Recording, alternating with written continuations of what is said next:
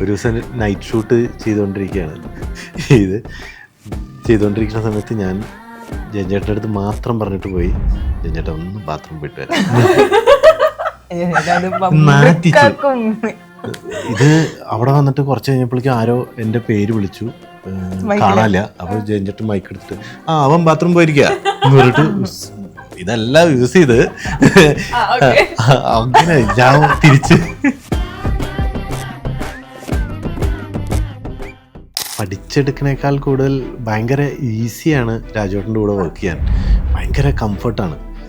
നമുക്ക് മടിയായിരിക്കും, അയ്യോ അത് പിന്നെ എന്നുള്ള സാധനത്തിൽ നിൽക്കുമ്പോൾ ഒന്നുമില്ല ചെയ്യ ഒരു പ്രശ്നമല്ല എന്ന് പറഞ്ഞിട്ട് ഭയങ്കര ഇതിൽ ചെയ്യും. നമ്മുടെ മനസ്സിലുണ്ടാവുമല്ലോ ഇത് പൃഥ്വിരാജ് സുകുമാരൻ സൂപ്പർ സ്റ്റാറാണ്. അപ്പോൾ പക്ഷേ രാജുവേട്ടൻ ആസ് എ കോ ആക്ടറായിട്ട് നിൽക്കുമ്പോൾ ആ സ്പേസ് അത്രയും കംഫർട്ടബിൾ ആക്കും. ഇപ്പോൾ എൻ്റെ ക്യാരക്ടർ വെച്ച് പറയുക വെച്ച് കഴിഞ്ഞാൽ ചൈതന്യം എനിക്കത് പെർഫോം ചെയ്യാൻ പറ്റില്ലായിരിക്കും. അത്രയും കംഫർട്ടബിൾ ആയിട്ടുള്ളൊരു സ്പേസ് ക്രിയേറ്റ് ചെയ്തില്ലായിരുന്നെങ്കിൽ 4 പേജ് ഡയലോഗ്സോ 5 പേജ് ഡയലോഗ്സോ എന്തുവാണെങ്കിലും ഭയങ്കര പ്രിപ്പയർഡ്, ഭയങ്കര ഷാർപ്പ് മെമ്മറി, എല്ലാത്തിനെയും കുറിച്ച് നല്ല നോളജ് ഉണ്ട്. അപ്പോൾ ഇതൊക്കെ ഞാൻ മുമ്പ് രാജുവേട്ടൻ്റെ കൂടെ വർക്ക് ചെയ്ത ആൾക്കാർ ഇങ്ങനെ ഇൻ്റർവ്യൂസിലൊക്കെ പറയണത് കേട്ടിട്ടുണ്ട്. ഫോട്ടോഗ്രാഫിക് മെമ്മറി ഭയങ്കര നോളജബിൾ, ഇത് നേരിട്ട് കണ്ടപ്പോൾ ശരിക്കും അതൊരു ഇത്രയും തിരക്കുള്ളൊരു മനുഷ്യന് ഇത്രയും പ്രിപ്പയർ ചെയ്യാനുള്ളൊരു ടൈം ഉണ്ടെങ്കിൽ നമ്മളും പ്രിപ്പയർഡായിട്ട് തന്നെ പോകണം. അപ്പം എല്ലാവരുടെ ആഗ്രഹമാണ്, അല്ലെങ്കിൽ നടന്മാരുടെ ആഗ്രഹമാണ് സിനിമയിലേക്ക് വരുമ്പോൾ ഒരു പോലീസ് കഥാപാത്രം ചെയ്യണത്തിന് മാസ് ഡയലോഗ് പറയണം. സോ ഈ ക്യാരക്ടർ ചെയ്യുമ്പോൾ എന്തൊക്കെ പ്രിപ്പറേഷൻ ചെയ്തിട്ടുണ്ട് ശരിക്കും? ഞാൻ ആക്ച്വലി സഡനായിട്ടാണ് എനിക്ക് ഈ ക്യാരക്ടർ വന്നു ചേർന്നത്. പിന്നീടായിരുന്നു പ്രിപ്പറേഷനൊക്കെ. പിന്നെ എല്ലാ മോൾഡിങ്ങും ജയൻചേട്ടൻ്റെ വകയായിരുന്നു. കാരണം ജയൻചേട്ടന് കൃത്യമായ ധാരണ ഉണ്ടായിരുന്നു എന്താണ് ആ ക്യാരക്ടർ, എങ്ങനെയാണ് അത് പ്രസൻറ്റ് ചെയ്യണം, എന്തായിരിക്കണം. പിന്നെ ഇത് മനസ്സിലാക്കി നമ്മൾ ചെയ്തുകൊണ്ടിരിക്കുമ്പോൾ ചിലത് തന്നെ വീണ് കിട്ടും. ആ സമയത്ത് അത് നമുക്ക് ഗുണം ചെയ്യും. ഇങ്ങനൊരു സ്വഭാവമുള്ള അത് ഓട്ടോമാറ്റിക്കലി വന്ന് ലാലേട്ടനൊക്കെ പറയണ പോലെ സംഭവിക്കല്ലേ. ആദ്യം ഞാൻ ഈ ലാലേട്ടൻ എന്താ ഈ സംഭവിക്കണത് എന്ന് എനിക്ക് മനസ്സിലായിട്ടുണ്ടായിരുന്നില്ല. പിന്നെ ചില എനിക്കും അത്രയും നല്ല ഞാൻ പറയണ കേട്ടോ, വളരെ പൊടി പോലത്തെ എന്തെങ്കിലുമൊക്കെ ആയിരിക്കും നമുക്ക് സംഭവിച്ച് കിട്ടുന്നത്. മമ്മൂക്ക പറയണ പോലെ പോളിഷ് ചെയ്തിട്ട് അതിനെ ട്യൂൺ ചെയ്ത് ഭയങ്കര ഭംഗിയാക്കുക, അല്ലെങ്കിൽ അതിലേക്ക് എത്തുക എന്നുള്ളതാണ് മിനിമം. അതെ. നിങ്ങൾക്ക് തിയേറ്ററിൽ സിനിമ റിലീസായ തലേദിവസം ടെൻഷൻ പരിപാടിയൊക്കെ ഉണ്ടോ? ഉറങ്ങാൻ കുറച്ചൊരു പാടുണ്ടാവാറുണ്ട്. ചെറിയ അത് ടെൻഷൻ അല്ല, എക്സൈറ്റ്മെന്റ് ആണ്. എനിക്ക് ഉറങ്ങാൻ പറ്റുന്നില്ല, എന്ത് ചെയ്തിട്ടും ഉറക്കം വരുന്നില്ല. എന്നിട്ട് ഞാനിങ്ങനെ ഇടയ്ക്കൊക്കെ രാവിലെ ആയോ ഞാൻ ഇപ്പോൾ തൃശ്ശൂർ താമസിക്കണ്ടായിരുന്നു. രാവിലെ ആയോ കൊച്ചി പോയി പടം കാണണം. എനിക്ക് എക്സൈറ്റ്മെന്റ്. അത് കാരണം ഫസ്റ്റ് ഓഫ് ഓൾ ഞാൻ ആദ്യമായിട്ടായിരിക്കും എന്നെ തന്നെ ബിഗ് സ്ക്രീനിൽ കാണാൻ പോകുന്നത്. ഇതും എല്ലാം കൂടി എനിക്ക് ഉറങ്ങാൻ പറ്റില്ല. പക്ഷെ എനിക്ക് ആ ഒരു മുന്നത്തെ ദിവസം എനിക്ക് ആ ഒരു ഇത്രയും കാലം വർക്ക് ചെയ്തതിൻ്റെ ഒരു ചെറിയ എന്തോ ഒരു ഈ കോടതി വിധി എന്നൊക്കെ പറയില്ലേ, അങ്ങനത്തെ ഒരു ഫീല് വരും എനിക്ക്. ഇഞ്ചി my meal partner. Hi hello നമസ്കാരം. സൈനസത് പ്ലസിന്റെ എല്ലാ പ്രേക്ഷകർക്കും സ്വാഗതം. This is me Shijina Jose Prakash. Vilayath Buddha എന്ന ഏറ്റവും പുതിയ ചിത്രത്തിന്റെ വിശേഷങ്ങളുമായിട്ട് ഇന്നെൻ്റെ കൂടെ ജോയിൻ ചെയ്യുന്നത് ഈ സിനിമയിലെ പ്രധാന വേഷങ്ങൾ കൈകാര്യം ചെയ്ത 2 പേരാണ്. ഒരുപാട് സ്നേഹത്തോടെ സ്വാഗതം ചെയ്യുന്നു Priyavatha and Dhruvan. Thank you. ഈ ബിലായത്ത് ബുദ്ധ സിനിമ റിലീസാകാൻ വേണ്ടി സിനിമയാകാൻ പോകുന്നു എന്ന് അറിഞ്ഞു തൊട്ടുകൊണ്ട് ആളുകളൊക്കെ കാത്തിരിക്കുകയാണ് തിയേറ്ററിൽ സിനിമ കാണാൻ വേണ്ടിയിട്ട്. ആൻഡ് എന്താണ് ബിലായത്ത് ബുദ്ധ പ്രേക്ഷകർക്ക് നൽകാൻ വേണ്ടി പോകുന്നത്? ബിലായത്ത് ബുദ്ധ ഫസ്റ്റ് ഓഫ് ഓൾ സച്ചേട്ടനുള്ളൊരു ട്രിബ്യൂട്ടായിരിക്കും തീർച്ചയായിട്ടും. പിന്നെ രാജുവേട്ടൻ്റെ വേറൊരു പരിപാടിയായിരിക്കും. ഷമ്മി ചേട്ടൻ്റെ ഒരു പരിപാടിയായിരിക്കും. ഇയാളുടെ ഒരു പരിപാടിയായിരിക്കും.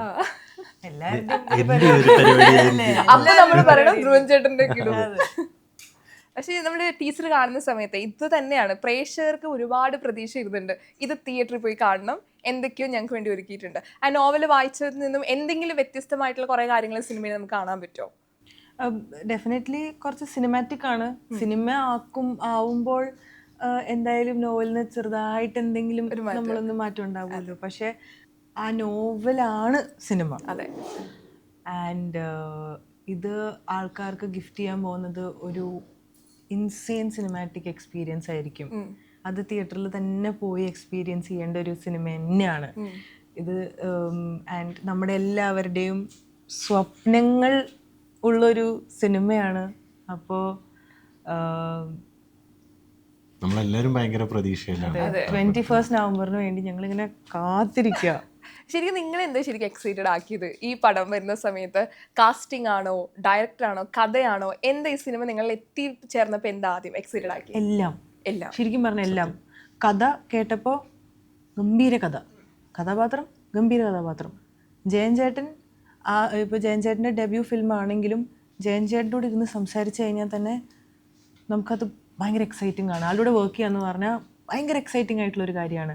സിനിമാറ്റോഗ്രാഫർ അരവിന്ദ് കശ്യപ് കാന്താരയുടെ സിനിമാറ്റോഗ്രാഫറാണ്. അത് വളരെ എക്സൈറ്റിംഗ് ആയിട്ടുള്ളൊരു കാര്യമാണ്. രണദേവ് എന്ന് പറഞ്ഞിട്ടൊരു സിനിമാറ്റോഗ്രാഫറും കൂടി ഉണ്ട്. പിന്നെ ജേക്സ് ബിജോയ്, ജേക്സ് ഏട്ടനുണ്ട്, ബംഗ്ലാനുണ്ട്, പിന്നെ അങ്ങനെ ഇപ്പോൾ മനുചേട്ടൻ മേക്കപ്പ് ചെയ്ത മനുചേട്ടനുണ്ട്. ഇനിയിപ്പോൾ ഞാൻ ആരെങ്കിലും പേര് വിട്ടുപോകുന്നു. അജയനുണ്ട്, അജയനുണ്ട്. ഇപ്പോൾ സ്റ്റേറ്റ് അവാർഡ് കിട്ടിയ അജയൻ പണിക്ക് സ്റ്റേറ്റ് അവാർഡ് കിട്ടിയിട്ടുണ്ടായിരുന്നു. പിന്നെ ഗംഗ, അയ്യോ വിനോദ് ഗംഗ, കിരൺ റാഫേൽ, ഇവരൊക്കെ അസോസിയേറ്റ്സ് ആണ്. ഭയങ്കര ഒരു ടീം വർക്കായിരുന്നു, ഭയങ്കര ടീം വർക്കായിരുന്നു. അതും ഭയങ്കര ഒരു ഫ്രണ്ട്സ് അല്ലെങ്കിൽ ഫാമിലിയുടെ കൂടെ വർക്ക് ചെയ്യണ ഒരു ഫീലാണ് ഉണ്ടായിരുന്നത്. അതും ഒരുപാട് സുഹൃത്ത് ബന്ധങ്ങളും, കാരണം ഒരു കുറച്ച് കാലം കൂടുതലെടുത്തെന്ന് വെച്ചാലും അതൊരു ബന്ധം ആയി മാറി, ഭയങ്കര ഒരു റിലേഷനായി മാറി. ഇത് ഞങ്ങൾ ടീച്ചർ കാണുമ്പോഴേ അതിലൊരു ഞങ്ങൾ പോലീസാണെന്നാണ് വിചാരിച്ചത്, ഫോറസ്റ്റിംഗ് ഓഫീസറാണ്. അതിലൊരു മാസ് ഡയലോഗ് പറയുന്നുണ്ട്, അതിൽ തന്നെ ഞങ്ങൾ ഇന്നായിട്ടുണ്ട്. ഇപ്പം ഏതൊരു നടനെ സംബന്ധിച്ചിടത്തോളം അല്ലെങ്കിൽ നമ്മൾ കണ്ടിട്ടുള്ള ഇപ്പോൾ ലാലേട്ടൻ, മമ്മൂക്ക, സുരേഷ് ഗോപി ചെയ്തിട്ടുള്ള മാസ് പോലീസ് കഥാപാത്രങ്ങളുണ്ടല്ലോ. അപ്പം എല്ലാവരുടെ ആഗ്രഹമാണ് അല്ലെങ്കിൽ നടന്മാരുടെ ആഗ്രഹമാണ് സിനിമയിലേക്ക് വരുമ്പോൾ ഒരു പോലീസ് കഥാപാത്രം ചെയ്യണത്തിന് മാസ് ഡയലോഗ് പറയണം. സോ ഈ ക്യാരക്ടർ ചെയ്യുമ്പോൾ എന്തൊക്കെ പ്രിപ്പറേഷൻ ചെയ്തിട്ടുണ്ട് ശരിക്കും? ഞാൻ ആക്ച്വലി സഡനായിട്ടാണ് എനിക്ക് ഈ ക്യാരക്ടർ വന്നു ചേർന്നത്. പിന്നീടായിരുന്നു പ്രിപ്പറേഷനൊക്കെ വന്നത്. പിന്നെ എല്ലാ മോൾഡിങ്ങും ജയൻ ചേട്ടൻ്റെ വകയായിരുന്നു. കാരണം ജയൻ ചേട്ടന് കൃത്യമായ ധാരണ ഉണ്ടായിരുന്നു എന്താണ് ആ ക്യാരക്ടർ, എങ്ങനെയാണ് അത് പ്രസൻറ്റ് ചെയ്യണം, എന്തായിരിക്കണം. അപ്പോൾ എൻ്റെ ഓരോന്ന് വരുമ്പോഴും ഓരോന്ന് ചെയ്യുമ്പോഴും പുള്ളി അതിലിടപെട്ട് പുള്ളി ഇത് ശ്രദ്ധിക്കുക, അത് അങ്ങനെയാണ്, ഇയാൾക്ക് ഇങ്ങനൊരു ഇതുണ്ട്, ഇങ്ങനത്തെ ഒരു ക്യാരക്ടറാണ് അയാൾ എന്നൊക്കെ പറഞ്ഞിട്ട് ഭയങ്കരമായിട്ട് മോൾഡ് ചെയ്തെടുത്തിട്ടാണ് എല്ലാവരും, എന്ന് വെച്ചാൽ ചീഫ് അസോസിയേറ്റ്സും ജയൻ ചേട്ടനും എല്ലാവരും കൂടിയിട്ടാണ് അത് വർക്ക് ചെയ്തിരിക്കുന്നത്.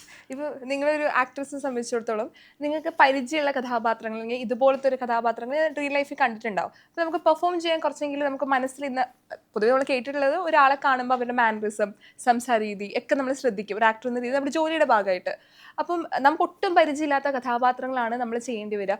അങ്ങനെ വരികയാണെങ്കിൽ നിങ്ങൾ എങ്ങനെയാണ് ശരിക്കും ആ കഥാപാത്രങ്ങൾ എടുക്കുന്ന രീതി എങ്ങനെയാണ് ശരിക്കും? ഡയറക്ടറിനോട് മാക്സിമം സംസാരിക്കുക, റൈറ്ററിനോട് മാക്സിമം സംസാരിക്കുക. അവർക്കൊരു ക്ലാരിറ്റി ഉണ്ടല്ലോ, അതെന്താന്ന് മനസ്സിലാക്കി പിന്നെ നമ്മൾ എന്താണോ നമ്മുടെ ഒരു പെർസ്പെക്റ്റീവ് അവിടെ പറയുക. അത് ബേസിക്കലി ഒരു ചർച്ചയിൽ നിന്ന് ഉണ്ടായി വരുന്നൊരു ക്ലാരിറ്റിയാണ്. എനിക്ക് അങ്ങനെയാണ് കൂടുതൽ വർക്കായിട്ടുള്ളത്. പിന്നെ പിന്നെയാണ് ബാക്കി ഇങ്ങനൊരു റിയൽ ലൈഫ് ക്യാരക്ടർ ഉണ്ടോ ഇല്ലയോ ഒക്കെ അന്വേഷിച്ച് പോണത് പിന്നെ ആയിരിക്കാം. പക്ഷെ എനിക്ക് ആദ്യം ആ ഒരു കോൺവെർസേഷൻ ഉണ്ടല്ലോ, ഒരു ഡിസ്കഷനാണ് എന്നെ ശരിക്കും കൂടുതൽ ഹെൽപ്പ് ചെയ്യുന്നത്. അതായത് ഞാൻ ചോദിക്കുന്നത് ചിലപ്പോൾ പൊട്ടത്തരമായിരിക്കും, എന്നാലും ഡയറക്ടറിനോട് അങ്ങനെ ചോദിക്കുക, ഡയറക്ടർ പറയും, റൈറ്ററിനോട് ചോദിക്കും, റൈറ്റർ പറയും. പിന്നെ ഒരു അവർക്കും അപ്പോൾ ഒരു ധാരണ കിട്ടും, ഞാൻ എന്താണോ മനസ്സിലാക്കി വെച്ചിരിക്കുന്നത് എനിക്കും ഒരു ധാരണ കിട്ടും അവർക്ക് എന്താ വേണ്ടതെന്ന്. അപ്പോൾ അതാണ് എന്നെ കൂടുതൽ ഹെൽപ്പ് ചെയ്യാറ്. ചേട്ടൻ എങ്ങനെയാ? ഇത് തന്നെയാണ് റൈറ്റേഴ്സും ഡയറക്ടേഴ്സിൻ്റെ അടുത്തും കൂടുതലും ചോദിക്കുക. പിന്നെ ഇത് മനസ്സിലാക്കി നമ്മൾ ചെയ്തുകൊണ്ടിരിക്കുമ്പോൾ ചിലത് തന്നെ വീണ് കിട്ടും ആ സമയത്ത്. അത് നമുക്ക് ഗുണം ചെയ്യും. ഇങ്ങനൊരു സ്വഭാവമുള്ള അത് ഓട്ടോമാറ്റിക്കലി വന്ന് ലാലേട്ടനൊക്കെ പറയണ പോലെ സംഭവിക്കല്ലേ. ആദ്യം ഞാൻ ഈ ലാലേട്ടൻ എന്താ ഈ സംഭവിക്കണത് എന്ന് എനിക്ക് മനസ്സിലായിട്ടുണ്ടായിരുന്നില്ല. പിന്നെ ചില എനിക്കും അത്രയൊന്നുമല്ല ഞാൻ പറയണ കേട്ടോ, വളരെ പൊടി പോലത്തെ എന്തെങ്കിലുമൊക്കെ ആയിരിക്കും നമുക്ക് സംഭവിച്ച് കിട്ടണത്. അപ്പോൾ അത് കിട്ടുമ്പോഴാണ് ഓക്കെ, ഇങ്ങനെ ഇതാണല്ലേ അർത്ഥമാക്കണമല്ല ഈ സംഭവിക്കണം. ലാലേട്ടൻ അത് ഫുള്ളായിട്ട് സംഭവിക്കുകയാണ്. നമുക്ക് അവിടെയും ഇവിടെയൊക്കെ ഒരു സംഭവം ചിലപ്പോൾ കിട്ടും, എല്ലാത്തിനും കിട്ടിക്കൊള്ളണില്ല, ചിലപ്പോൾ കിട്ടാം. അത് യൂസ് ചെയ്യും. അപ്പോൾ അത് ക്യാരക്ടറിന് മാച്ചായി പോവും. ചിലത് ഇപ്പോൾ വിലായത്ത് ബുദ്ധയുടെ കാര്യം പറയുകയാണെങ്കിൽ ഞാൻ കുറച്ച് വിചാരിച്ച് ഞാൻ കണ്ട പോലീസുകാരുടെയോ അല്ലെങ്കിൽ അങ്ങനത്തെ ആൾക്കാരുടെ, എനിക്ക് ഫോറസ്റ്റ് റേഞ്ച് ഓഫീസറൊന്നും കണ്ടിട്ടില്ല പറഞ്ഞാൽ കാണും, ഇങ്ങനെ വണ്ടിയിൽ പോണതോ എന്തെങ്കിലുമൊക്കെ കാണുന്നല്ലാതെ ഒരു പരിചയമൊന്നുമില്ല. പോലീസേഴ്സായിട്ട് പരിചയമുണ്ട്. അപ്പോൾ ഞാൻ അവരുടെ എന്തെങ്കിലും ഇതെടുക്കാം അല്ലെങ്കിൽ നമ്മൾ കണ്ട ആൾക്കാരുടെ ഒക്കെ എടുക്കാം എന്ന് വിചാരിച്ച് നിൽക്കുമ്പോൾ ജയൻ ചേട്ടൻ അതെല്ലാം കംപ്ലീറ്റ് ആയിട്ട് പൊടിച്ചാണ് കളഞ്ഞു. ഇതൊന്നും എനിക്ക് വേണ്ട പറഞ്ഞു. ഓക്കെ, പിന്നെ ഞാൻ പുതിയ ഫ്രഷ് ആയിട്ട് നിൽക്കായിരുന്നു. എന്താണോ ജയൻ ചേട്ടന് വേണ്ടത് അതിന് നിൽക്കുകയുണ്ടായിരുന്നു. നിങ്ങളൊരു ഡയറക്ടർ ആക്ടർ ആണല്ലോ ശരിക്കും. രണ്ടു തരത്തിൽ പറയാറുണ്ടല്ലോ, നമ്മുടെ കയ്യിൽ നിന്നിട്ട് നമ്മൾ പെർഫോം ചെയ്യുന്നുണ്ട്, ഡയറക്ടർ പറയുന്നതനുസരിച്ച് പെർഫോം ചെയ്യുന്നുണ്ട്. എനിക്ക് തോന്നുന്നു ഡയറക്ടർ ആക്ടേഴ്സ് ആണ് നിങ്ങൾ രണ്ടുപേരും. അതെ, അത് രസം. രസം അതാണ്. കാരണം അവരുടെ അടുത്ത് ഒരു വ്യൂ ഉണ്ട്, അതിലേക്ക് എത്തുക എന്നുള്ളതാണല്ലോ. ആ വ്യൂവിലേക്ക് എത്തണം. അല്ലെങ്കിൽ റൈറ്റർക്ക് ഒരു വ്യൂ ഉണ്ട്, അവർ മിങ്കിൾ ചെയ്തിട്ടായിരിക്കുമല്ലോ ഇതൊരു ഇങ്ങനെ ഒരു പടമാണ് ചെയ്യേണ്ടത്. അപ്പോൾ നമ്മൾ അതിലേക്ക് എത്തുക എന്നുള്ളതാണ്. നമ്മളായിട്ട് നിൽക്കാതെ അതിലേക്ക് എത്താൻ ശ്രമിച്ചിട്ടുണ്ട്. മലയാളത്തിലെ ഒരു യൂത്ത് ഫേസ് ആണ് നമ്മുടെ രാജേട്ടൻ. ഇപ്പം ഓൾറെഡി ജനഗണമനയിൽ അസോസിയേറ്റ് ചെയ്തിട്ടുണ്ട്. ആൻഡ് ഈ പടത്തിൽ ഇപ്പോൾ അദ്ദേഹത്തിൻ്റെ കൂടെ വർക്ക് ചെയ്യുന്ന സമയത്ത് എന്തൊക്കെ കാര്യങ്ങൾ അദ്ദേഹത്തിൽ നിന്ന് പഠിച്ചെടുത്തിട്ടുണ്ട്? പഠിച്ചെടുക്കണേക്കാൾ കൂടുതൽ ഭയങ്കര ഈസിയാണ് രാജേട്ടൻ്റെ കൂടെ വർക്ക് ചെയ്യാൻ. ഭയങ്കര കംഫർട്ടാണ്. നമ്മളെ ഒരു ഒരു ഒരു ഒരു പ്രശ്നമില്ലാതെ ഒരു പ്രഷറും തരാതെ വളരെ കംഫർട്ടാക്കിയിട്ട്. ഇപ്പോൾ ചില സീനുകളുണ്ട്, എനിക്കത് പറയാൻ പറ്റില്ല. അതെ, അതുകൊണ്ട് പറയാൻ പറ്റില്ല. അല്ലെങ്കിൽ അങ്ങനത്തെ സീനുകളിലൊക്കെ പുള്ളി ഭയങ്കര കംഫർട്ടാണ്. നീ ചെയ്തോ, ഒരു പ്രശ്നമില്ല, ചെയ് അത് അങ്ങനെ തന്നെയാണ് എന്നൊക്കെ പറഞ്ഞിട്ടുള്ള ഭയങ്കര ഈസി ആക്കി തരും. അത് നമുക്ക് മടിയായിരിക്കും, അയ്യോ അത് പിന്നെ എന്നുള്ള സാധനത്തിൽ നിൽക്കുമ്പോൾ ഒന്നുമില്ല, ചെയ്യോ, ഒരു പ്രശ്നമല്ല എന്ന് പറഞ്ഞിട്ട് ഭയങ്കര ഇതിൽ ചെയ്യും. ഭയങ്കര കംഫർട്ടബിൾ ആക്കും നമ്മളെ. അതുമാത്രമല്ല, നമ്മുടെ മനസ്സിലുണ്ടാവില്ല ഇത് പൃഥ്വിരാജ് സുകുമാരൻ സൂപ്പർ സ്റ്റാറാണ്. അപ്പോൾ പക്ഷേ രാജുവേട്ടൻ ആസ് എ കോ ആക്ടറായിട്ട് നിൽക്കുമ്പോൾ ആ സ്പേസ് അത്രയും കംഫർട്ടബിൾ ആക്കും. അല്ലെങ്കിൽ ഇപ്പോൾ എൻ്റെ ക്യാരക്ടർ വെച്ച് പറയുക വെച്ച് കഴിഞ്ഞാൽ ചൈതന്യം എനിക്കത് പെർഫോം ചെയ്യാൻ പറ്റില്ലായിരിക്കും, അത്രയും കംഫർട്ടബിൾ ആയിട്ടുള്ളൊരു സ്പേസ് ക്രിയേറ്റ് ചെയ്തില്ലായിരുന്നെങ്കിൽ. ആൻഡ് രാജുവേട്ടൻ ഭയങ്കര പ്രിപ്പയർഡാണ്. ലൈക്ക് ഒരു 4 പേജ് ഡയലോഗ്സോ 5 പേജ് ഡയലോഗ്സോ എന്തുവാണെങ്കിലും ഭയങ്കര പ്രിപ്പയർഡ്, ഭയങ്കര ഷാർപ്പ് മെമ്മറി, എല്ലാത്തിനെയും കുറിച്ച് നല്ല നോളജ് ഉണ്ട്. അപ്പോൾ ഇതൊക്കെ ഞാൻ മുമ്പ് രാജുവേട്ടൻ്റെ കൂടെ വർക്ക് ചെയ്ത ആൾക്കാർ ഇങ്ങനെ ഇൻ്റർവ്യൂസിലൊക്കെ പറയണത് കേട്ടിട്ടുണ്ട്. ഫോട്ടോഗ്രാഫിക് മെമ്മറി, ഭയങ്കര നോളജബിൾ, ഇത് നേരിട്ട് കണ്ടപ്പോൾ ശരിക്കും അതൊരു ഇത്രയും തിരക്കുള്ളൊരു മനുഷ്യന് ഇത്രയും പ്രിപ്പയർ ചെയ്യാനുള്ളൊരു ടൈം ഉണ്ടെങ്കിൽ നമ്മളും പ്രിപ്പയർഡ് ആയിട്ട് തന്നെ പോകണം. നമുക്ക് അടുത്ത പടത്തിലായാലും നമ്മളും അത് ഓർത്ത് ചെയ്യും. അതെ അതെ അതെ. തൊട്ടപ്പൻ എന്ന സിനിമയാണ് ഇപ്പൊ എല്ലാവരും സംസാരിക്കുന്നത്. ആദ്യം റിലീസ് ആയ സമയത്ത് ഫസ്റ്റ് പടം, അതിലെനിക്ക് തോന്നുന്നു പെർഫോമൻസ് കണ്ട ആളുകളൊക്കെ പറഞ്ഞ മലയാള സിനിമയിൽ ഇത്രയും ടാലന്റ് ആയിട്ടുള്ള ഒരു പെൺകുട്ടി ഇനി ഒരുപാട് കഥാപാത്രങ്ങൾ ചെയ്യാൻ വേണ്ടി പോകുന്നതാണ്. അപ്പം ഇത്രയും സ്ട്രോങ് ആയിട്ടുള്ള കഥാപാത്രം ചെയ്ത പ്രേമത പിന്നീട് പല സിനിമകൾ ചെയ്തിട്ടുണ്ട്. എപ്പോഴും ആ ഒരു കമ്പാരിസൺ വരാണ്ട് അതുപോലത്തെ ഒരു സ്ട്രോങ് കഥാപാത്രം ഞങ്ങൾ കാണണമെന്ന് ആഗ്രഹിക്കുന്നു, അല്ലെങ്കിൽ ഒരു വലിയൊരു പീക്ക് ലെവൽ നമ്മൾ ചെയ്ത് വെച്ചിട്ടുണ്ടല്ലോ. സോ അത് ഇനി വരുന്ന സിനിമകൾക്ക് ഒരു കമ്പാരിസൺ അവിടെ വരാറുണ്ടോ? ആൾക്കാർ കമ്പയർ ചെയ്തിട്ടുണ്ടോയെന്ന് എനിക്കറിയില്ല. ഞാൻ ഇതുവരെ അങ്ങനെ വേറെ കഥാപാത്രം തൊട്ടപ്പൻ്റെ കഥാപാത്രമായിട്ട് കമ്പയർ ചെയ്യണത് ഞാൻ പേഴ്സണലി കേട്ടിട്ടില്ല. ബട്ട് എനിക്കൊരു ആഗ്രഹം ഉണ്ടായിരുന്നു, അതായത് എന്താ പറയുക, അതുപോലെ വേറെ തന്നെ ഒരു പ്രെപ്പാണ് അതിന് വേണ്ടിയിരുന്നത്. അങ്ങനത്തെ ഒരു കഥാപാത്രം എനിക്ക് ചെയ്യണം എന്ന് എനിക്ക് പേഴ്സണലി ഒരു ആഗ്രഹം ഉണ്ടായിരുന്നു. ബട്ട് ഞാൻ ഇതുവരെ കമ്പാരിസൺ, കാരണം ചെയ്തത് പിന്നെ എല്ലാം തൊട്ടപ്പനിൽ നിന്ന് വളരെ ഡിഫറെന്റ് സ്പേസിൽ നിൽക്കുന്ന ഒരു കഥാപാത്രമായിരുന്നു. അപ്പോൾ ഇതുവരെ മുകളിലൊന്നും ചെയ്യണം എന്നത് ഓൾറെഡി ഒരു ആക്ടർ എന്നല്ലേ. പക്ഷെ ഇതിപ്പോ ഒന്നും ഇപ്പൊ താഴെയോ മുകളിലോ നമുക്ക് വിലയിരുത്താൻ പറ്റില്ലല്ലോ. വേറെ കഥകള്, വേറെ കഥാപാത്രങ്ങള്.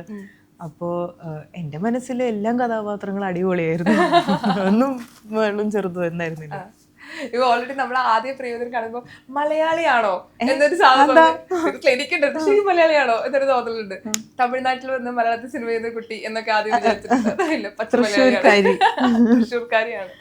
ഇപ്പൊ ഞാൻ നേരത്തെ തുടക്ക സമയത്ത് സംസാരിച്ചിട്ടുണ്ടായിരുന്നു, അതായത് ഇത്രയധികം സിനിമകൾ ചെയ്തിട്ട് നല്ല കഥാപാത്രം ഞാനിവിടെ ഉണ്ടോന്ന് പോലും പലർക്കും അറിഞ്ഞിരുന്നില്ല. അതൊരു ഫണ്ണായിട്ട് പറഞ്ഞാണെങ്കിലും ഒരു ആക്ടർ എന്ന നിലയിൽ നമ്മൾ ഇത്രയും പെർഫോം ചെയ്തു, ഇത്ര നല്ല കഥാപാത്രങ്ങൾ ചെയ്തു. ഇപ്പോൾ നമ്മൾ നിലനിൽക്കുക അല്ലെങ്കിൽ നമ്മൾ സജീവമായിട്ട് ഇരിക്കുക എന്ന് പറയാറുണ്ട് എല്ലാവരും. അപ്പം ഒരു ആക്ടർ നിന്നിട്ട് നിങ്ങൾക്കുള്ള ഒരു പ്രഷർ എങ്ങനെ ശരിക്കും ഉണ്ടാവും? ഉറപ്പായിട്ടും ഉണ്ടാവും. പക്ഷേ നന്നായിട്ട് ചെയ്യുക, അല്ലെങ്കിൽ നല്ല പടത്തിൽ ഭാഗമാവുക എന്നുള്ളൊരു ആഗ്രഹം വളരെയധികം ഉണ്ട്. പക്ഷെ ചെയ്ത് എക്സ്പീരിയൻസിലൂടെ അതിൽ നേടാം. അപ്പം മമ്മൂക്ക പറയണ പോലെ പോളിഷ് ചെയ്തിട്ട് അതിനെ ട്യൂൺ ചെയ്ത് ഭയങ്കര ഭംഗിയാക്കുക, അല്ലെങ്കിൽ അതിലേക്ക് എത്തുക എന്നുള്ളതാണ് മിനിമം. അതെ, അത് സത്യമാണ്. ഇപ്പം ആക്ട്രസ് എന്ന നിലയിൽ, ഒരു ആക്ടർ എന്ന നിലയിൽ ഈ മിനുക്കുപടികൾ ചെയ്യുന്നു പറഞ്ഞല്ലോ. ശരിക്കും നിങ്ങളെങ്ങനെ സ്വയം നിങ്ങളെ ഓരോ സിനിമ കഴിയും തോറും ഒരു പണിയെടുപ്പിക്കുന്നത്, അല്ലെങ്കിൽ ഒരു മാറ്റം കൊണ്ടുവരുന്നത് എങ്ങനെ ശരിക്കും? ഓരോ സിനിമ കഴിയുമ്പോൾ തന്നെ ഓരോ പണികളും ഒരു മാറ്റം ഉണ്ടാവും, ഉറപ്പായിട്ടുണ്ടാവും. കാരണം ഓരോ സിനിമയിലും ഓരോ കഥാപാത്രവും ഓരോ ഡയറക്ടേഴ്സുമാണ്.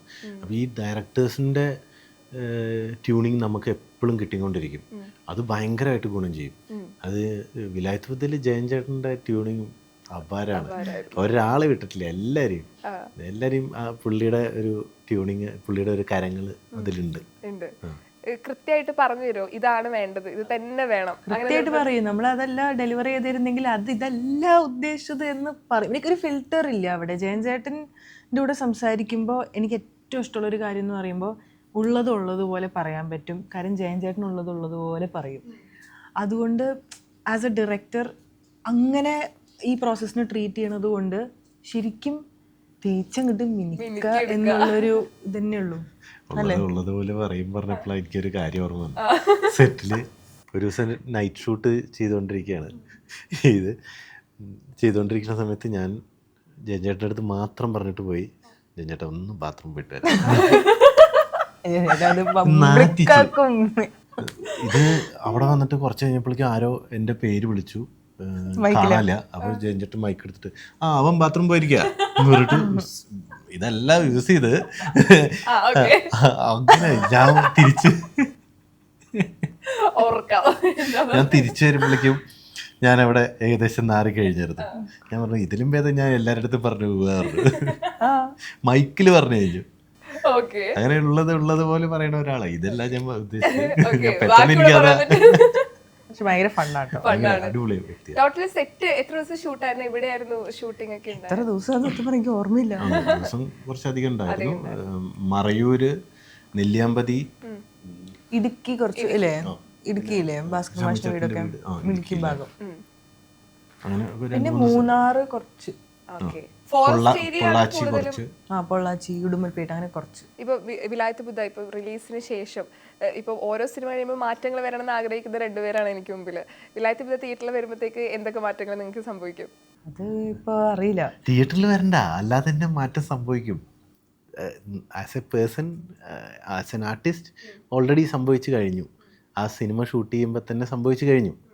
ഇനി വന്നു കഴിഞ്ഞാൽ പ്രേക്ഷകർ എങ്ങനെ കാണും എന്നുള്ളത് മാത്രമേ ഉള്ളൂ. അത് എന്ത് കണ്ടാലും കണ്ടില്ലെങ്കിലും നമുക്ക് മാറ്റം സംഭവിച്ചിരിക്കും.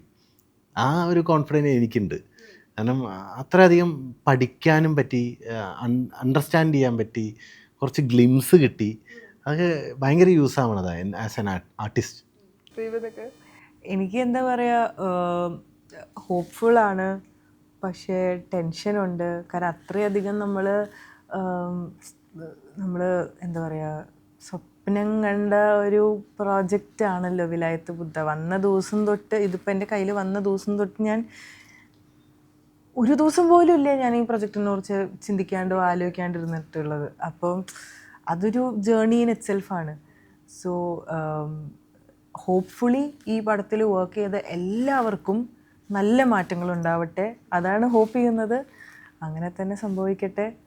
ആൻഡ് എനിക്ക് ജസ്റ്റ് ആസ് എൻ ആക്ടർ ഇതുപോലത്തെ ഒരു പടത്തിൽ എനിക്ക് വർക്ക് ചെയ്യാൻ പറ്റിയല്ലോ എന്ന് ആ ഒരു തോട്ട് തന്നെ എന്തൊക്കെയോ എന്നിലൊരു മാറ്റം ഉണ്ടാക്കിയിട്ടുണ്ടെന്ന് എനിക്ക് തോന്നുന്നുണ്ട്. കുറച്ചും കൂടി ഞാൻ I think as an actor ഞാൻ കുറച്ച് മെച്യൂറായിരുന്നു. എനിക്ക് പേഴ്സണലി എനിക്ക് എന്തോ ഒരു തോന്നൽ വന്നു എവിടേക്കോ.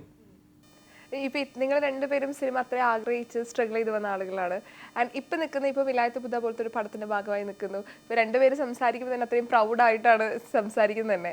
അപ്പോൾ ഒരു ആക്ട്രസ് എന്ന നിലയിൽ നിങ്ങൾ ഇന്ന് ഇത്രയും സക്സസ്ഫുള്ളി നിൽക്കുന്ന സമയത്ത് നിങ്ങൾ ഒരു ജേർണി ഉണ്ടല്ലോ, അത് നിങ്ങൾ എങ്ങനെയാണ് കാണുന്നത്? കാരണം ഇപ്പോഴും സിനിമയിൽ എത്തിപ്പെടണമെന്ന് ആഗ്രഹിക്കുന്ന ഒരുപാട് പേരുണ്ട്, അതിന് സ്ട്രഗിൾ ചെയ്യുന്ന ആളുകളുണ്ട്. ആൻഡ് നിങ്ങൾക്ക് കിട്ടിയ വെച്ചാൽ നിങ്ങൾ അത്രയും ബ്യൂട്ടിഫുൾ ആയിട്ടാണ് കിട്ടുന്ന സിനിമകൾ ഓരോന്നായിട്ട് ചെയ്യുന്നത്. സോ ആ യാത്ര നിങ്ങൾ ഓർക്കുമ്പോൾ എങ്ങനെയാണ് തോന്നുന്നത്? ഒരു 1 ലൈനിൽ പറയാൻ പറ്റുകയാണെങ്കിൽ. ഓൺലൈനിലൊന്നും പറയാൻ പറ്റില്ല, അത് ഭയങ്കര രസമാണ്. അത് ഒരു കിക്കാണ്, അത് ഭയങ്കര കിക്കാ. ആ കിക്ക് എൻജോയ് ചെയ്യുമ്പോൾ അത് ഷൂട്ടിംഗ് സമയത്തുള്ള കിക്കാണോ അത് തിയേറ്ററിൽ? ഷൂട്ടിംഗ് സമയത്ത് ഒരു കിക്ക് ഉണ്ട് ഷൂട്ട് എന്ന് പറയുമ്പോൾ തിയേറ്ററിൽ 2.5 മണിക്കൂർ കാണുന്നു. ഷൂട്ട് എന്ന് പറയുമ്പോൾ ചിലപ്പോൾ 2.5 മാസം, ചിലപ്പോൾ 2.5 വർഷം. അതൊരു വല്ലാത്ത ഫീലാണ്. ഷൂട്ട് ചെയ്യുമ്പോൾ വേറൊരു കിക്കും. അത് റിലീസ് ചെയ്ത് തിയേറ്ററിൽ ആൾക്കാർ എടുക്കുമ്പോഴാണല്ലോ നമുക്ക് അതിൻ്റെ ഒരു നമുക്ക് ഒരു ഇത് കിട്ടണേ. എന്താ പറയുക, ഒരു നല്ലതാണോ ചീത്തയാണോ ഒരു റിസൾട്ട്.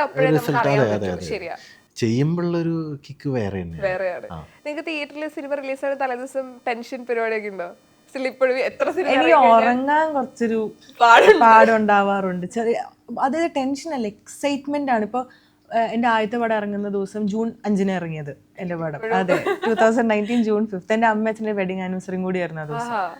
അപ്പോൾ ജൂൺ 4 രാത്രി 2019 എനിക്ക് ഉറങ്ങാൻ പറ്റുന്നില്ല. എന്ത് ചെയ്തിട്ടും ഉറക്കം വരുന്നില്ല. എന്നിട്ട് ഞാനിങ്ങനെ ഇടയ്ക്കൊക്കെ രാവിലെ ആയോ ഞാൻ ഇപ്പോൾ തൃശ്ശൂർ താമസിക്കണ്ടായിരുന്നു. രാവിലെ ആയോ കൊച്ചി പോയി പടം കാണണം. എനിക്ക് എക്സൈറ്റ്മെൻറ്റ്. അത് കാരണം ഫസ്റ്റ് ഓഫ് ഓൾ ഞാൻ ആദ്യമായിട്ടായിരിക്കും എന്നെ തന്നെ ബിഗ് സ്ക്രീനിൽ കാണാൻ പോകുന്നത്. അതും ഇതും എല്ലാം കൂടി എനിക്ക് ഉറങ്ങാൻ പറ്റില്ല. പക്ഷെ എനിക്ക് ആ ഒരു മുന്നത്തെ ദിവസം എനിക്ക് ആ ഒരു ഇത്രയും കാലം വർക്ക് ചെയ്തതിൻ്റെ ഒരു ചെറിയ എന്തോ ഒരു ഈ കോടതി വിധി എന്നൊക്കെ പറയില്ലേ, അങ്ങനത്തെ ഒരു ഫീല് വരും എനിക്ക്. അതുണ്ടാവും. ചേട്ടനെങ്ങനെ ടെൻഷൻ ഉണ്ടാവും, ഉറപ്പായിട്ടും ഉണ്ടാവും. എന്താവും എന്നുള്ളൊരു റിസൾട്ട്. അതെ. ഓക്കെ, ഇപ്പോൾ ഓൾറെഡി വിലായത്ത് ബുദ്ധയിലെ എല്ലാവരുടെ കഥാപാത്രം ടീച്ചർ കാണുമ്പോൾ ഞങ്ങൾ എല്ലാവരും തിയേറ്ററിൽ പോയി കാണണം. അതാണ് ഞങ്ങൾക്ക് ആ ഫീല് കിട്ടുന്നുണ്ട്. ആൻഡ് എല്ലാവരുടെ കഥാപാത്രവും ഗംഭീരമായിട്ട് നിങ്ങൾ പെർഫോം ചെയ്തിട്ടുണ്ട്, നമുക്ക് ഉറപ്പാണ്. അപ്പോൾ തിയേറ്ററിൽ ഞങ്ങൾ കാത്തിരിക്കുകയാണ് സിനിമ, നിങ്ങളുടെ ഓരോരുത്തരുടെയും പെർഫോമൻസ് കാണാൻ വേണ്ടിയിട്ട്. കണ്ടിട്ട് പറയണം. തീർച്ചയായിട്ടും ഫസ്റ്റ് തിയേറ്ററിൽ തന്നെ പോയി കാണണം. കാരണം തീർച്ചയായിട്ടും അത് OTT കാണേണ്ട ഒരു പടമല്ല, തിയേറ്ററിൽ പോയിരുന്ന് കണ്ടു. വിഷ്വലി ആയാലും മ്യൂസിക് ആയാലും നിങ്ങളുടെ പെർഫോമൻസ് എല്ലാം ഞങ്ങൾ തിയേറ്ററിൽ തന്നെ പോയിരുന്ന് കാണേണ്ട പടമാണ്. അപ്പം എന്തായാലും സിനിമ തിയേറ്ററിലെത്താൻ വേണ്ടി പോവാണ്. എല്ലാവർക്കും പ്രതീക്ഷയുള്ള പടമാണ്, നിങ്ങളെപ്പോലെ തന്നെ. അപ്പോൾ ഒരുപാട് സന്തോഷം ഇതിൻ്റെ ഒരു പ്രൊമോഷൻ്റെ ഭാഗമായിട്ട് കാണാൻ സംസാരിക്കാൻ പറ്റില്ല. Thank you so much. Inji, my meal partner.